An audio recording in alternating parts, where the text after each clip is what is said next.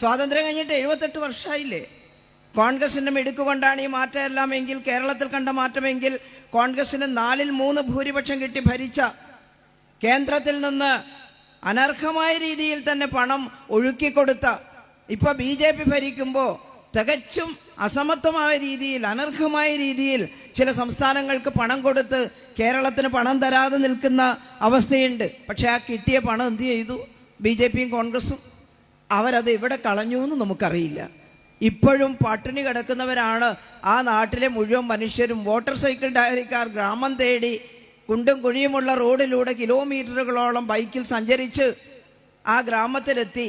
അപ്പോൾ ഒരിടത്ത് ഇങ്ങനെ അടുത്തടുത്ത് കുടിലുകൾ കെട്ടിയതുപോലെ ഒരു ഗ്രാമം, തൊട്ടടുത്തെല്ലാം വട്ടത്തിൽ ഇങ്ങനെ കെട്ടിയിരിക്കുക, ചെറിയ കടലാസ് ടെൻറ്റുകൾ.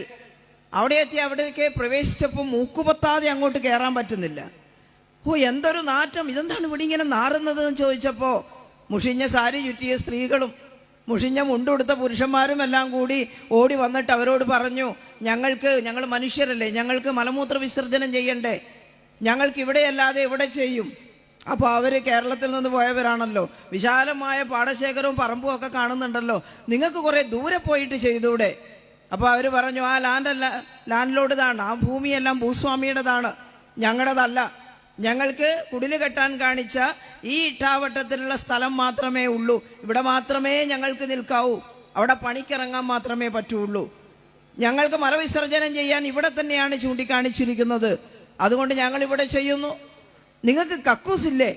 അപ്പോൾ അവർ പറഞ്ഞു, ഞങ്ങൾക്ക് ഒരു കക്കൂസ് പോലും ഇല്ല ഇത്രയും കുടുംബങ്ങൾക്ക് വേണ്ടി, അതുകൊണ്ട് ഞങ്ങൾ വെളിക്ക് മലവിസർജനം ചെയ്യുന്നു, അതിൻ്റെ നാറ്റം സഹിച്ചുകൊണ്ട് അതിൻ്റെ തൊട്ടടുത്ത കുടിലിൽ പാർക്കുന്നു, അവിടെ ഭക്ഷണം കഴിക്കുന്നു, അവിടെ എല്ലാ ജീവിതചര്യകളും. എന്താ ഇന്ത്യയുടെ പ്രധാനമന്ത്രി പറഞ്ഞത്?